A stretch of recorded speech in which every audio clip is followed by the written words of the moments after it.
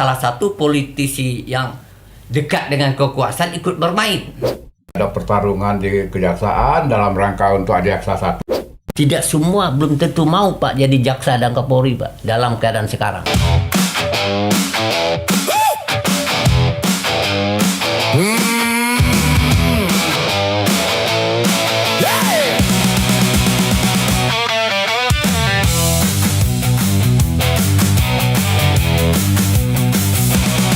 Di jalan tua, bawa lampu kota, Menteng berdiri dengan cerita. Di jalan rindang penuh sejarah, rumah besar, pagar tak terbuka. Kembali lagi bersama Hasan Basri dalam Menteng Bersuara Paradok Indonesia. Di malam hari ini kami kedatangan tokoh-tokoh senior dari latar belakang. Di antaranya ada Dr. Basroni SHMH, pengamat hukum publik yang juga Sekjen Bara Progib 08. Ada juga tamu kehormatan kita, Ketua Umum Relawan Bara Progib 08, Nusirwan Caniago.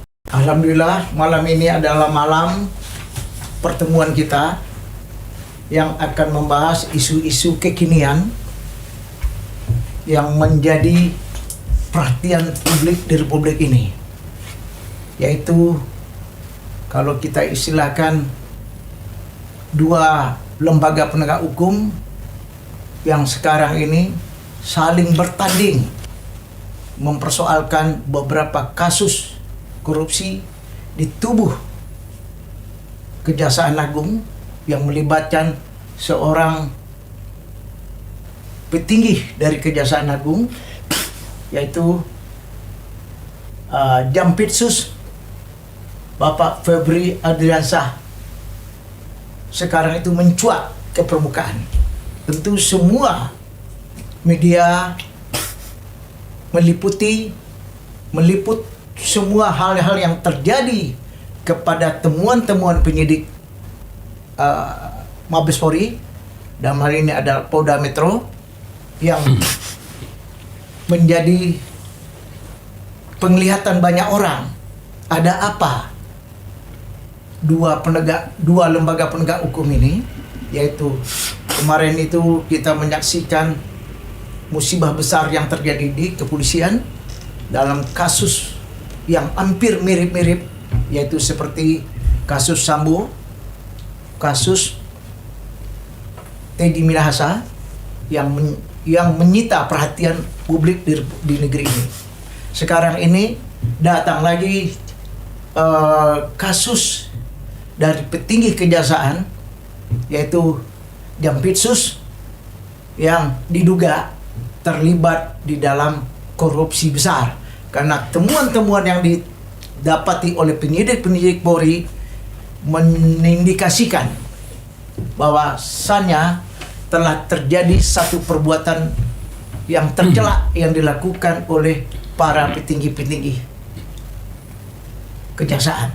Nah, ini tentu kita akan coba membahas, ya kan, dengan tokoh kita, dengan tamu kita.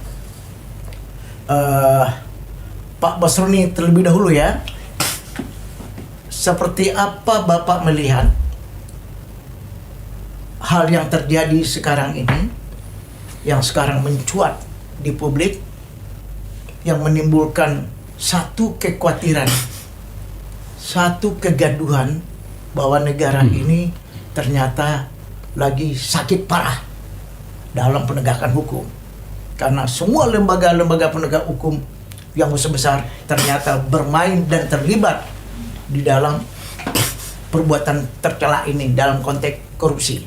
Seperti apa Bapak melihatnya perseteruan ini? Silakan Pak. Baik Pak Hasan, sahabat Menteng Bersuara Paradoks Indonesia. Kalau saya melihat begini Pak, ini kan sementara kan asumsi dulu. Ya. Asumsi praduga tidak bersalah dulu Pak ya. Praduga tidak bersalah, bahwasanya operasi yang dijalankan oleh teman-teman polisi ini kan dalam upaya untuk penegakan hukum. Konsepnya itu dulu kita kan. Dan sampai hari juga kan press release dari kejaksaan, ada press release dari teman-teman kepolisian kan belum mengarah kepada Jampisus. Ini kan dugaan daripada kena begitu rame, dugaan-dugaan daripada sebagian masyarakat, kemudian yang beredar di sosial media, ya karena pada waktu dilakukan operasi tersebut kan lokasinya kena kebetulan kafe yang diduga sementara ini memang dugaan sementara itu bagian daripada kepemilikan di Jampisus, termasuk rumah yang di Sentul, karena ada foto-foto beliau juga kan, ini sementara, tapi kan teman-teman polisi sendiri kan belum merilis bahwasanya mengarah kepada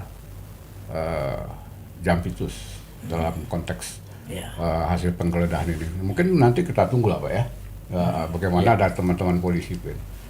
Mungkin Pak Iwan gimana Pak kalau melihat ini? Ini cukup menarik Pak. Pertama, 3 penegak hukum, KPK, Kejaksaan, polisi, adu kuat, adu cepat. Nah ini membereskan masalah hukum di Republik ini. Sebab sejatinya Republik ini Republik kaya. Tapi faktanya masyarakat miskin Pak kebanyakan. Pendidikan problem, ya pekerjaan problem. Nah sebagai presiden miris juga Pak. Nah, kita harus apresiasi Pak, jangan menuduh dulu. Ada politisi yang bermain dalam kasus ini. Yang jelas 3 lembaga penegak hukum itu KPK, polisi, kejaksaan, dia bergerak berdasarkan alat bukti. ya. Mungkin orang berasumsi di kejaksaan itu ada kelompok bermain, Ada faksi ya. ada faksi untuk menjatuhkan seseorang. Saya kira itu naif sekali Pak. Tidak mungkin penyidik ya kan melakukan pekerjaan tanpa barang bukti, Betul. tanpa lidik baru penyidikan. Kalau seorang pejabat itu bersalah kan dibuktikan hasil penyidikan, gelar perkara, baru dia jadi tersangka kan. Nah sekarang kan agak liar itu podcast mengatakan salah satu politisi yang dekat dengan kekuasaan ikut bermain. Asumsinya. Misalnya keluarganya ikut jadi pejabat di sana, itu lumrah juga. Saya kira akan menjadi lemah Pak seorang pejabat punya pengaruh melobi saudaranya untuk mendapat jabatan sesuatu itu. Saya kira berat Pak, sebab kondisi bangsa ini dalam keadaan rapuh dalam penegakan hukum. Berat bagi presiden Pak. Sebab rakyat publik berharap presiden tegas dalam penegakan hukum. Selama 10 tahun ini penegakan hukum lemah Pak. Mungkin presiden berasal dari sipil, ini pengaruh juga. Itu saya kira Pak. Jadi begini Pak Yusriwan, Pak Basroni, ada 3 pihak yang ada di sini, kejaksaan, kepolisian, dan masyarakat. Masyarakat ini tidak bisa dibiarkan berdiam diri.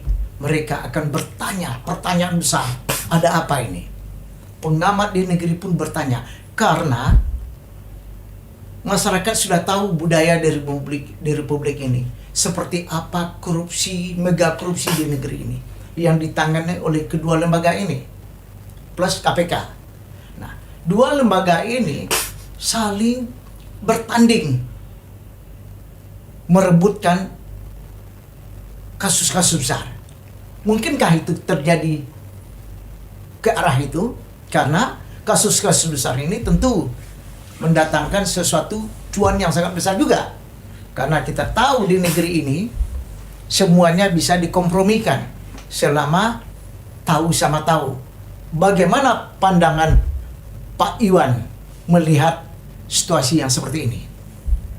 Saya melihat Pak, terutama kejaksaan polisi, mereka tidak dimunafikan juga bahwa banyak juga oknum-oknum yang terlibat mempermainkan hukum. Ya. Di BGN ada oknum polisi ditangkap. Ya.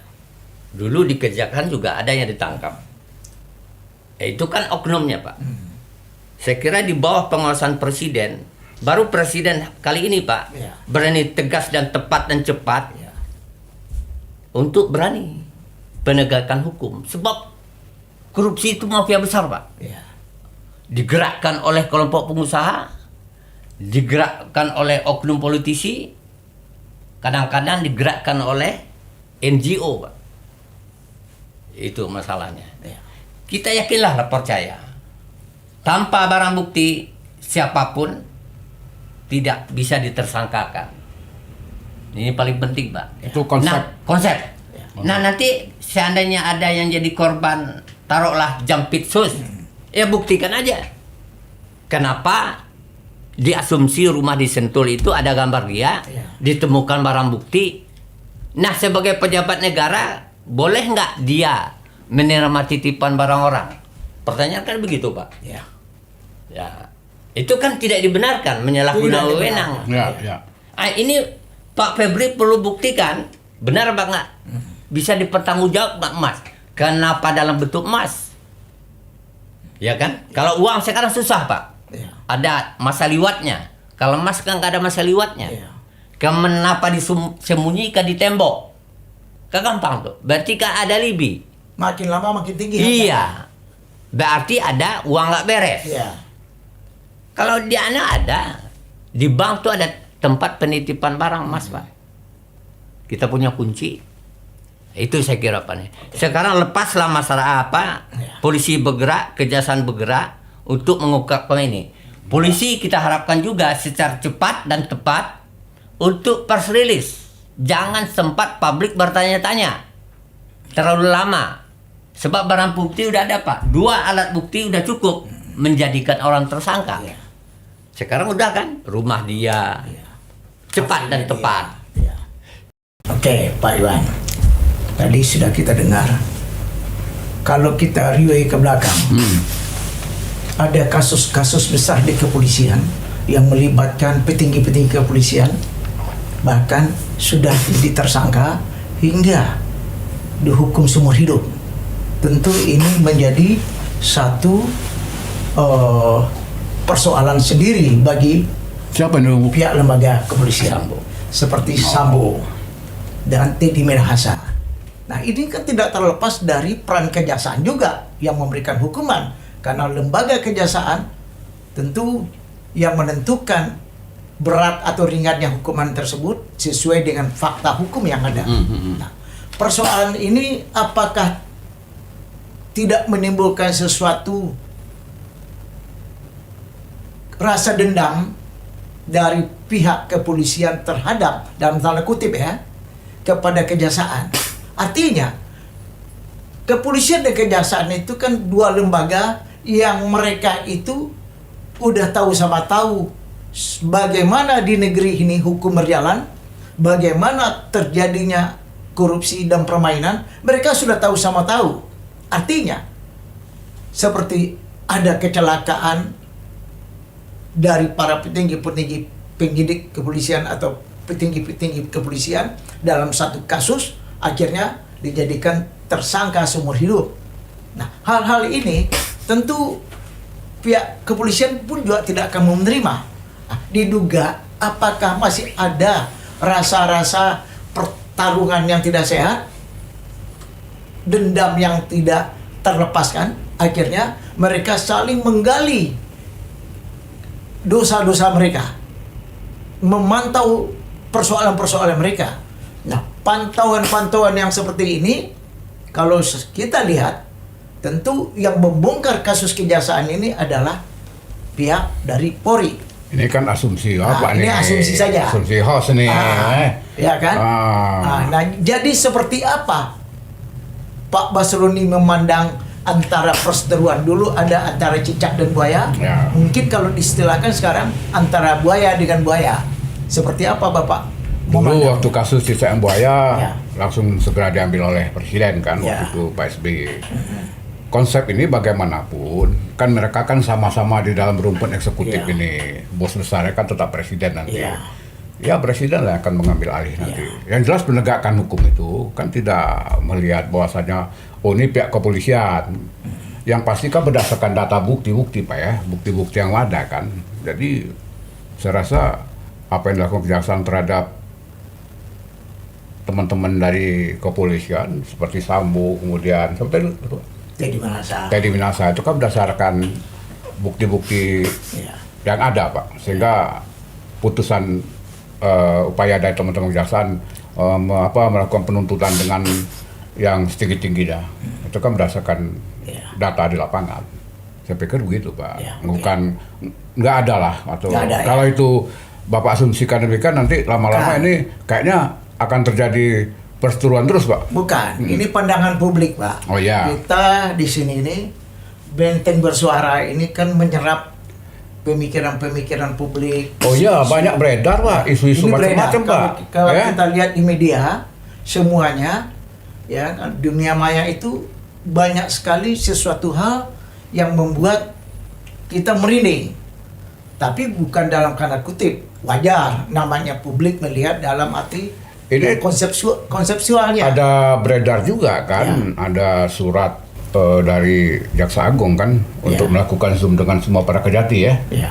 Isinya itu kan sangat provokatif sekali Pak, seakan-akan Jagung akan memberikan satu perlawanan itu Ya. terhadap apa yang dilakukan teman-teman kepolisian. Ini kan bahaya juga Pak. Bahaya. Kalau yang begini-begini dibiarkan kan, Ya. bahaya Pak. Nah, oke. Jadi begini Pak Iwan. Hal ini tentu menjadi perhatian semua pihak. Publik bertanya, pakar juga menilai dan semuanya. Karena rakyat masyarakat kita ini bukan masyarakat bodoh lagi, Pak. Tadi Pak Iwan menyatakan bukti-bukti sudah cukup. Dua alat bukti, permulaan dua bukti itu sudah mungkin lebih dari cukup. Ya, saya setuju juga Pak. Tapi kan kalau buru-buru, khawatirnya nanti polisi di pra-peradilan pula Pak. Iya. Di pra-peradilan akibatnya nanti ya masalah Iya. juga Pak. Kalau di pra-peradilan kemudian nanti kawan-kawan kepolisian teledor, kan nambah Menjadi persoalan runyam. jadi runyam kan. Jadi ya mungkin karena itu kasus kemarin itu pra-peradilan Roy sempat diterima oleh Iya. di pengadilan kan supaya nanti ini janganlah Iya. terulang lagi, maka mungkin teman-teman polisi sedikit lebih hati-hati Pak supaya tidak terjadi pra-peradilan terhadap mereka. Tapi persoalan ini sudah sangat telanjang Pak di mata publik dan penyidik juga telah membuktikan secara vulgar apa yang terjadi dan fakta-fakta hukum barang-barang bukti yang terlihat dengan emas sekian 74 kilo, Iya, betul. dana uang rupiah yang begitu besar, uang mata asing yang begitu besar, yang nilainya konon katanya hingga mencapai 1 triliun. Ini kan sesuatu hal yang sangat luar biasa. Yang menjadi pertanyaan kita, ya kan? Apakah ini bisa diredam? Karena masyarakat publik sudah tidak percaya, ini publik ya, tidak percaya main permainan cara kalau ibaratnya cara mencari solusi dengan cara saling diselesaikan dengan cara adat. Nah, tentu kalau cara adat diselesaikan, ada ketergangguan publik karena transparan hukum sangat tidak sehat untuk diberikan pembelajaran kepada masyarakat. Seperti apa Pak Iwan menanggapinya? Terima kasih Pak Hasan dari Menteng Bersuara Pradok Indonesia. Memang hal ini sangat menarik Pak. Kursi besar ya. Ini perhatian juga bagi penegakan hukum. Logikanya tidak masuk Pak akal. Bagaimana mereka menumpuk kekayaan terhadap kasus ini gitu loh. Kan nggak masuk akal Pak. Ya. Triliun sementara masyarakat susah. Ya dah. BBM naik, presiden juga pusing kepalanya nggak ada duit, mereka pesta pora. Akhir cerita kan pertanggungan jawab publiknya di presiden Pak. Ya. Sebab eksekutif 2 ini di tangan presiden Pak. Ya. Polisi dan kejaksaan. Ini pasti Presiden tahu dan memonitor. Nah, rakyat harus mempercayakan ini, Pak. Lebih baik kita punya penegakan hukum yang kotor daripada tidak sama sekali. Itu konsepnya, Pak. Filsafat hukumnya begitu gitu, Pak. Maka biarkan publik berasumsi dulu. Yang kedua, penegakan hukum harus cepat.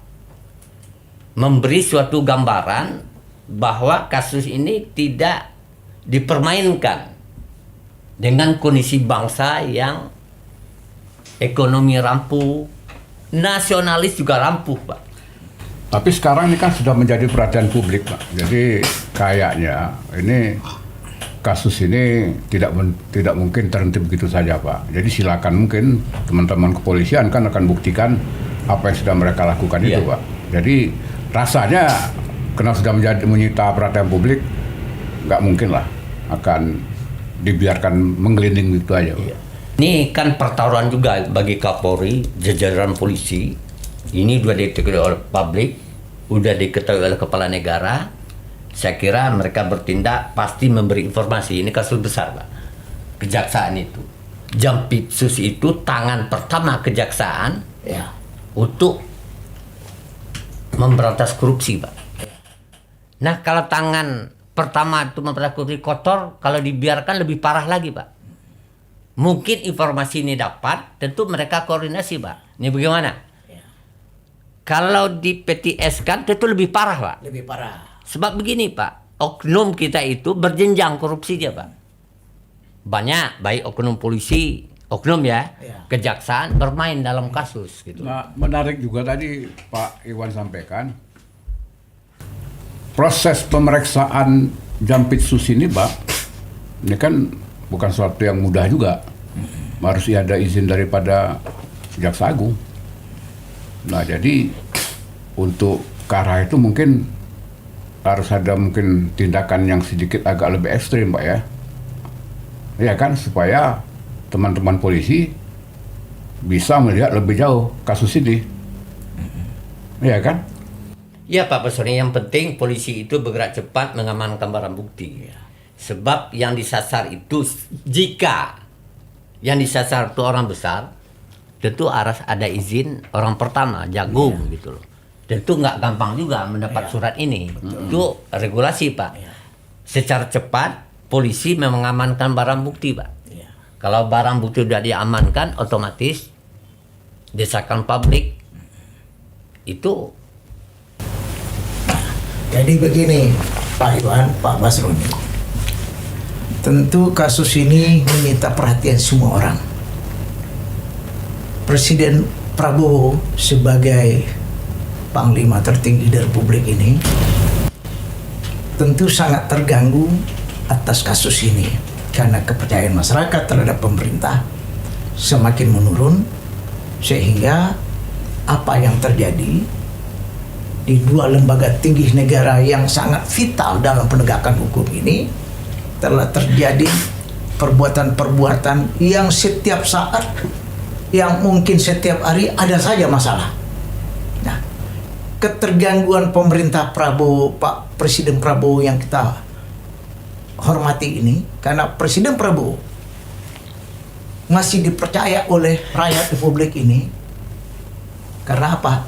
Karena ketegasannya. Namun di dalam hal ini, apa yang dilakukan baik oleh Kejaksaan dan Polri ini sesuatu hal yang menimbulkan gelombang di masyarakat terhadap penegakan hukum yang tidak diinginkan oleh masyarakat, terjadinya hal-hal yang seperti ini. Nah, seperti apa menurut Bapak ketergangguan dari pemerintah Presiden Prabowo terhadap isu-isu yang menyita perhatian Republik ini dalam penegakan hukum? Begini, Pak, kita harus berbangga dengan Presiden ini, cukup berani. Bukan cukup berani memberantas korupsi yang skala besar. Siapa sih berani ngusik tambang, Pak? Perkebunan? Nggak berani, Pak. Dari 20 presiden yang saya tahu, presiden kita berani. Tentu ada kelemahan. Presiden juga manusia, Pak. Tentu juga tidak ada kesempurnaan. Kesempurnaan kita isi, Pak. Ya. Sebab tangan presiden 2, mata 2, otak 1, Pak. Ya. Nah, maksud kita itu ini pembelajaran bagi kita. Presiden pasti menjadi perhatian, ya kan, terhadap kasus besar ini. Ya, sekali lagi yang kita harapkan ini menjadi perhatian publik, polisi, terutama masalah kasus kejaksaan ini harus diungkap secepat sehingga publik jangan berasumsi liar. Jika publik berasumsi liar, tentu wibawa kepala negara juga akan runtuh secara perlahan. Ya, saya pikir gini Pak, untuk menjaga citra presiden di tengah masyarakat ini kasusnya kan sudah menyita perhatian yang luar biasa. Jaksa Agung harus berani menyampaikan permohonan kepada presiden izin ya untuk dinonaktifkan sementara, kemudian diperiksa, silakan diproses nanti. Umpamanya dihalang-halangi proses pemeriksaannya, masyarakat sekarang kan sudah pada paham banget ya, tahu, jadi ya segera beri kesempatan untuk diperiksa. Ada beberapa perhatian masyarakat terhadap dua lembaga tadi ini, penegak hukum, yaitu Polri dan Kejaksaan. Masyarakat melihat bahwasannya kasus ini adalah momen yang paling tepat pandang masyarakat ya. Ini kan Kapolri sudah lama menjadi Polri, ya kan? Kejaksaan juga sudah lama memimpin Kejagung, ya kan? Sudah lama juga memimpin. Apakah tidak mungkin atau adakah cara atau adakah satu kebijakan dari presiden sekali tepuk dua pulau terlampaui? Artinya untuk menghindari perseteruan di antara dua lembaga penegak hukum tadi, apakah tidak ada kesempatan atau ada kemauan dari Pak Presiden untuk mencopot kedua para petinggi-petinggi dari petinggi tadi, Polri dan Kejaksaan? Artinya, kalau ini dicopot karena satu jabatannya sudah melampaui batas waktu yang panjang, dicari yang baru, artinya ke depan akan terjadi keharmonisan antara penegak hukum Kejaksaan dengan Polri. Itu pandang masyarakat. Karena kalau tetap petingginya kedua dari instansi tersebut adalah orang-orang itu juga, tentu sulit untuk mencari kesamaan karena mereka itu sudah saling terluka. Artinya yang terluka itu kan atasannya, kalau anak buah kan hanya menjalankan perintah. Nah, keterlukaan tadi tentu masyarakat memandang, publik memandang, ya tidak ada salahnya dicopot keduanya itu segera mungkin. Nah, itu dorongan masyarakat kepada benteng bersuara Peradok Indonesia. Bagaimana menurut pandang Pak Basroni dulu nih? Jadi gini Pak, konsepsi Kapolri sama Jaksa Agung ini kan merupakan bagian dari eksekutif. Iya. Kewenangan penuh berada kan Presiden. Iya. Pemberhentian itu kan kecuali ada beberapa hal persyaratan ya yang ada di dalam baik Undang-Undang Kejaksaan maupun Undang-Undang Polri. Prinsipnya sejauh Presiden masih berkenan dengan hasil kerja Kapolri Jaksa Agung, dan itu merupakan diskresi Presiden Pak untuk tetap menggunakan Kapolri Listio Sigit maupun Pak Burhanuddin. Jadi itu murni mutlak kewenangan penuh Presiden. Betul ya. Iya Pak. Jadi seleranya kan bukan selera masyarakat Pak. Bukan selera masyarakat. Kalau selera Bapak mungkin Bapak anggap sebagaimana tadi Bapak kan bisa mengklaim keinginan masyarakat. Iya. Tapi kan selera Presiden beda Pak. Ya, jadi begini Yang dipakai Pak, kan selera Presiden Pak. kinerja dua lembaga tinggi ini tentu menjadi perhatian Presiden. Presiden merujuk kepada kepuasan dari masyarakat terhadap dua lembaga ini. suka tidak suka, mau tidak mau, presiden pasti akan memperhatikan kepuasan selera masyarakat. Karena bagaimanapun presiden kita itu adalah presiden rakyat yang menjadi rujukannya. Nah, kepuasan masyarakat terhadap dua institusi petinggi negeri ini tentu telah menjadi satu pertanyaan besar. Kenapa kok nggak bisa diganti? Nah, sekarang betul eksekutif yang menyatakan, presiden yang menyatakan dia punya hak prerogatif. Tapi tingkat kepuasan masyarakat kan tidak bisa juga diindahkan begitu saja, Pak. Nah, apakah tingkat kepuasan masyarakat ini masuk hitungan politik dari eksekutif? Menurut Pak Iwan? Kan begini Pak, seperti kata Pak Basroni, dua lembaga negara ini, polisi, kejaksaan itu hak prerogatif presiden. Ya. Nah, tentu presiden punya pertimbangan lain.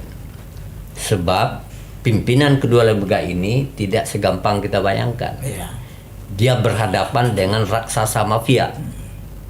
Nah, pertama dia harus paham Iya. dengan hukum. Dia punya jaringan. Dia punya keamanan pribadi. Ya. Tidak semua belum tentu mau Pak jadi jaksa dan Kapolri Pak dalam keadaan sekarang. Sebab gurita korupsi 10 tahun 20 tahun cukup besar Pak. Masih banyak lagi yang lain Pak.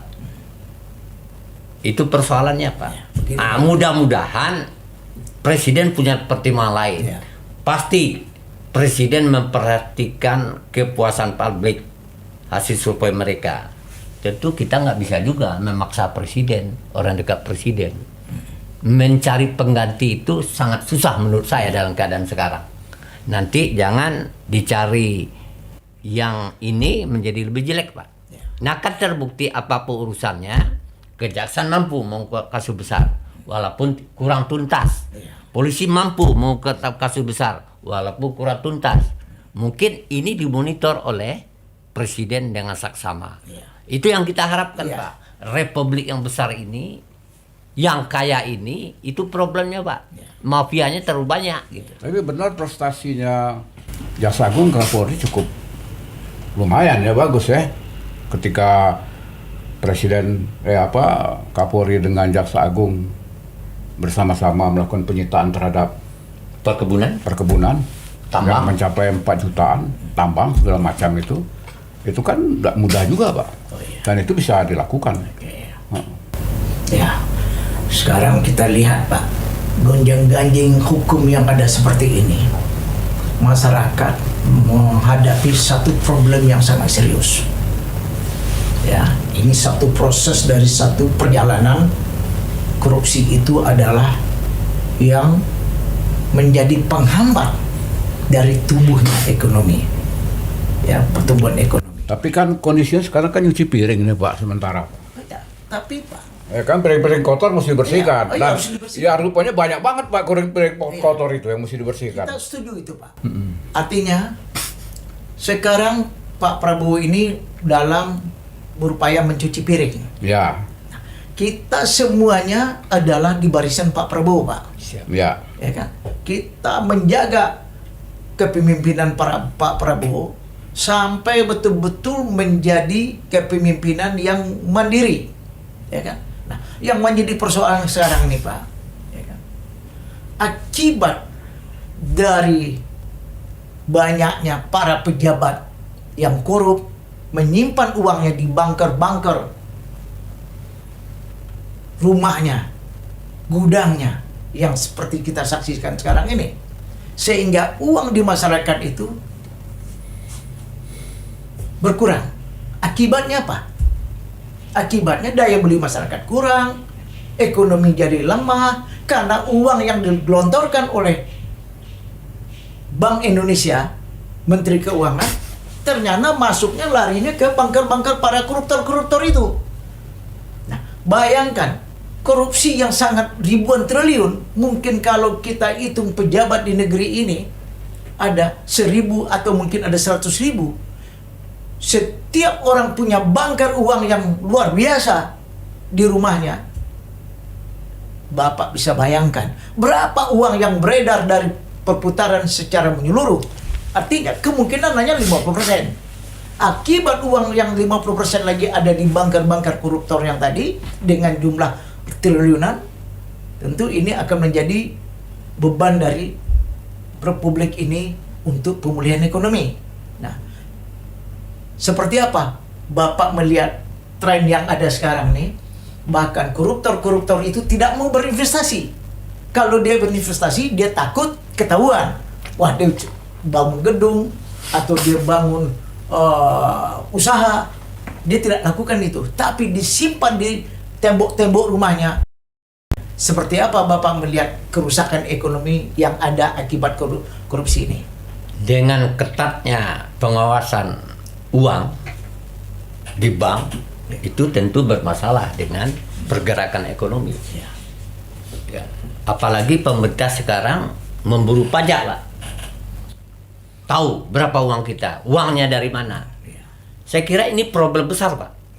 Orang kaya nyimpan uang di rumah tanpa bergerak. Sehingga yang diharapkan negara itu saya kira nggak terlalu mampu juga, Pak, menyiap lapangan kerja sendiri. Yang mampu itu pengusaha yang punya duit. Ini harus diselesaikan secara cepat, Pak, sehingga roda ekonomi itu berputar. Tahu, Pak, kondisi sekarang? Hanya orang-orang tertentu, Pak, yang punya pekerjaan, istilahnya multi talenta, Pak, yang bisa hidup. Yang punya kebun bisa hidup, gaji pegawai bisa hidup, tapi nggak bisa berbagi, Pak. Kayak saya ini, saya jarang mengundang teman, Pak, untuk makan siang. Dulu saya undang makan siang. Seringkali ya. Ya, karena ekonomi itu nggak bergerak, Pak. Nah, ini harus dicari solusi cepat, Pak. Ya. Nah, yang kedua, para pejabat negara ini jangan terlalu banyak berasumsi, Pak, liar gitu loh. Kadang-kadang asumsi liar juga kan. Ya. Staf khusus bicara ini, ya kan, masalah investor, tahu-tahu dia masalah undang-undang perburuan harus dilegalkan, bahaya juga, Pak. Ya. Semua cita-cita mereka bagus, tapi tidak tepat. Sebab ada fitnah, Pak, yang longgar saingan kita. Ya. Jadi Nah, kalau saya sih ya, Kita sepakat. Publik Kita melihat begini, Pak Basroni. Publik melihat seperti ini. kita berharap semua Ya. pihak Ya. jangan berasumsi. Ya. Tidak ada pejabat yang punya kepentingan. Ya. Semua sepakat bahwa kepentingan penegakan hukum supaya korupsi itu menjadi musuh bersama. Ya. Itu yang paling penting. Ya. Jadi begini, Pak, kami melihat baik, ya. Karena jangan salah loh, Pak. Isu-isu ini juga ditumpangi dengan proses-proses yang belum selesai kontestasi masa lalu, Pak. Dan itu ikut menumpangin sehingga jadi ramai jadinya kan. Ya. Tapi kita percayalah dengan teman-teman di kepolisian bahwasanya akan ada penyelesaian nantinya. Jadi masa lalu mempengaruhi Betul, Pak. apa yang terjadi sekarang ini. Iya, digoreng habis gitu Iya. loh, Pak. Kita melihat semua masyarakat pencinta Prabowo, Presiden Prabowo, yang memiliki satu semangat perjuangan untuk Indonesia ini, yang menjadi kepercayaan masyarakat. Masyarakat boleh dikatakan sangat percaya kepada Pak Prabowo. Tetapi di bawahnya ini masyarakat meragukan. Karena yang di bawah ini adalah orang-orang yang sudah terbiasa, yang sudah membudaya, mengumpulkan harta-harta dari unsur korupsi. Nah, di sini ada dua, Pak. Yang tadi adalah keterbiasaan para pejabat itu menyimpan uangnya di bunker-bunker supaya satu nggak kena pajak. Yang kedua, tidak deteksi kalau itu adalah uang nggak benar. Jadi mereka menyimpan. Yang kedua, dia juga menyimpan dolar mata uang asing dan emas. Nah, cara-cara seperti ini, ya kan? Apa yang akan terjadi terhadap keuangan negara? Dolar semakin menginjak rupiah dan meroket naiknya dolar. Artinya kita kekurangan devisa, Pak.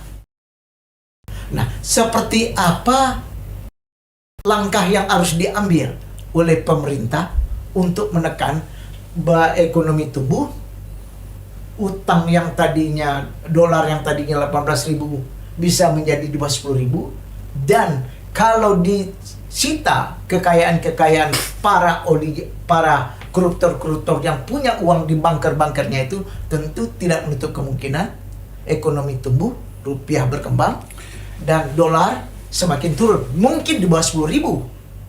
Pandangan Pak Basroni seperti apa? Saya kan bukan ekonom Pak, tetapi kan beberapa waktu lalu saya sempat menyisir beberapa provinsi Pak, Iya. dari Palembang, Lampung, Padang.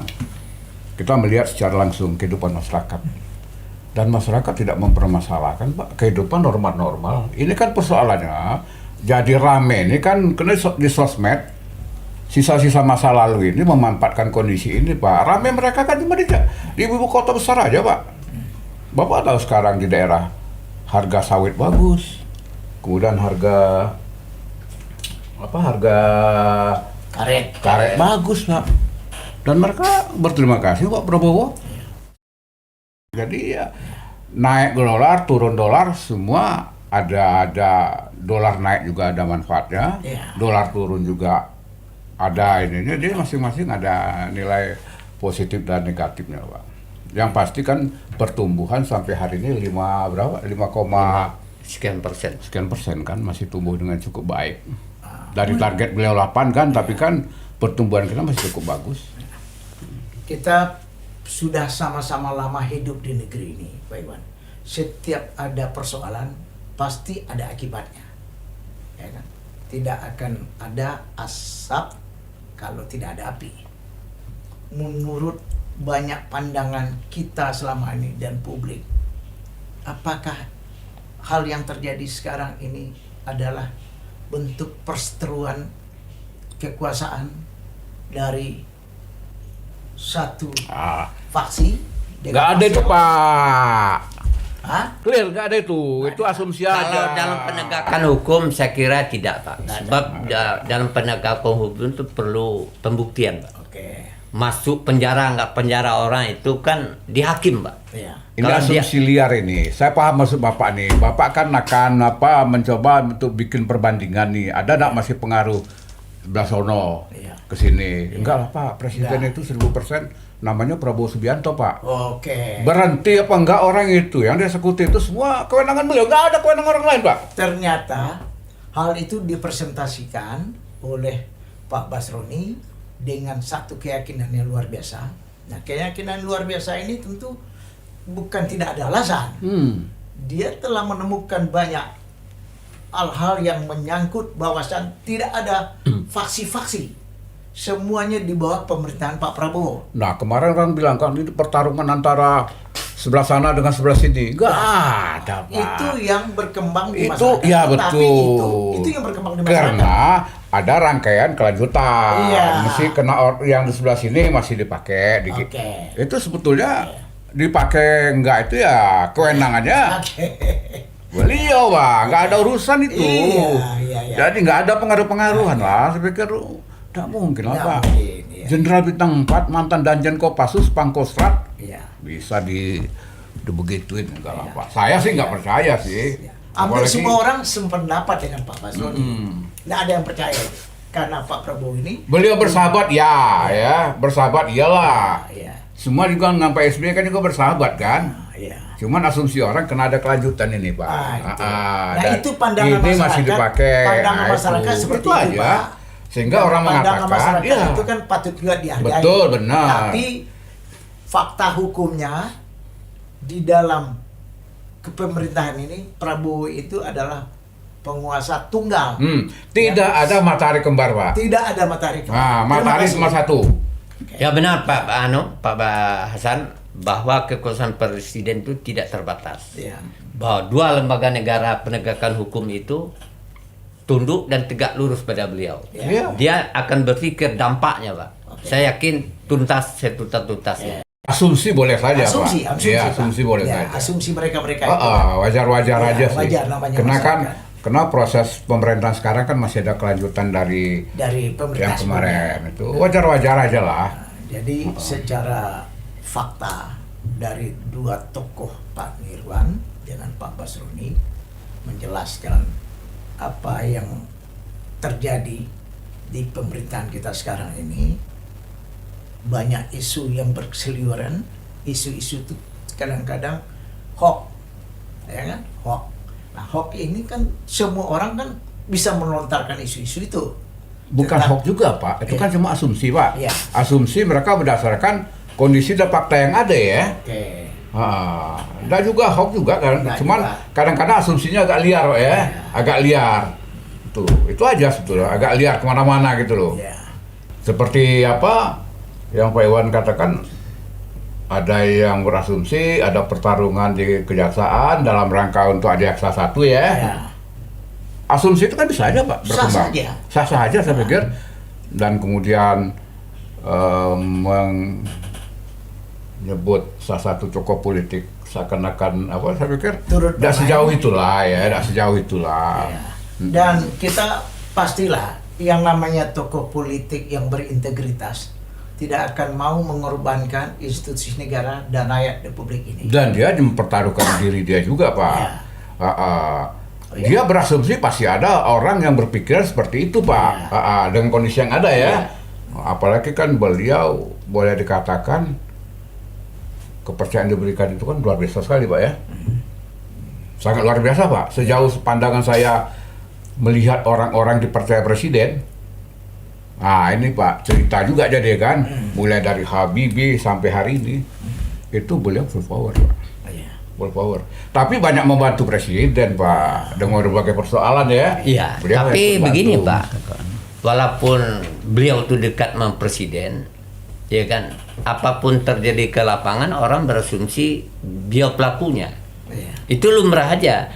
Tapi sebagai politisi, dia yakin, saya yakinnya, beliau itu tidak akan berani mempertaruhkan lembaga negara demi keluarga, demi dia sendiri. kepentingan pribadi. Kecuali presiden berpendapat lain. Nah, Beda Pak, itu lain ya. Dan tidak bisa ditolak. dia bisa ditolak. Jadi, Perintah. Perintah. Nah itu. Jadi jelas Menteri Bersuara Peradok Indonesia adalah satu